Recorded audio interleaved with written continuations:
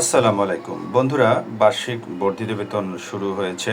তো আমরা কিভাবে মোবাইল থেকে আমরা চেক করে নেব কিভাবে ইনক্রিমেন্ট আমরা দেখতে পাবো। এই জন্য ক্রোম ব্রাউজারে আমরা কি করব, পে ফিক্সেশন লিখে সার্চ করব। এরপর দেখুন অনলাইন বেতন নির্ধারণী, এটাতে একটা টাচ করে দেব। তারপরে একটি পপ আপ চলে আসবে উইন্ডো।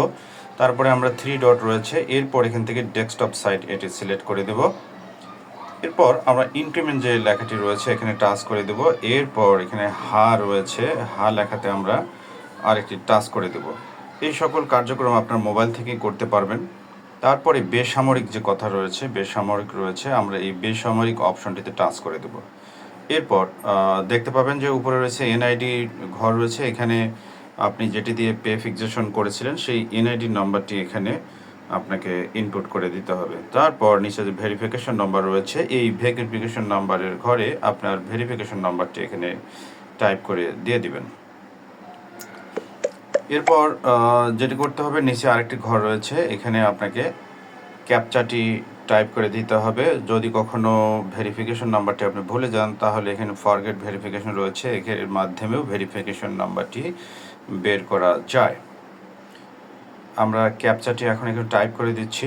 ক্যাপচাটি টাইপ করে দেওয়ার পর আমরা ওকে করে দিলাম। এরপর ওকে করব।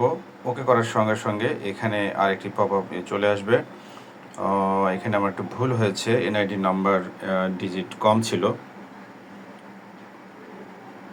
আমরা কারেকশন করে নেই। নেওয়ার পরে আমরা কি করব, নিচের দিকে রয়েছে চেক করে নিলাম, লগ ইন রয়েছে। এরপর আমরা কি করব, ওকে করে দেব। যখন এখানে ওকে করে দেব, আমার আপনার মোবাইল পে ফিক্সেশনের যে মোবাইলটি সংযুক্ত সেই নাম্বারে একটি এসএমএস চলে যাবে, ওটিপি।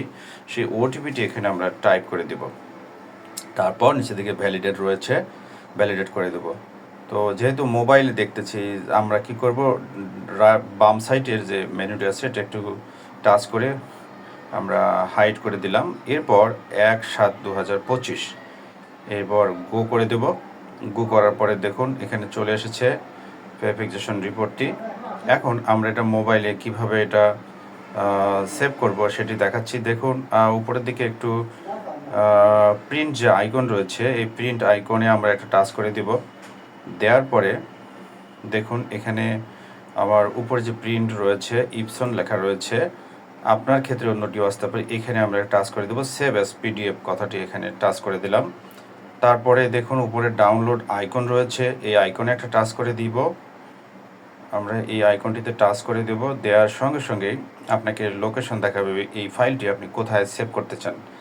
তো আমি সেভ বাটনে টাচ করে দিলাম, ব্যাস হয়ে গেল।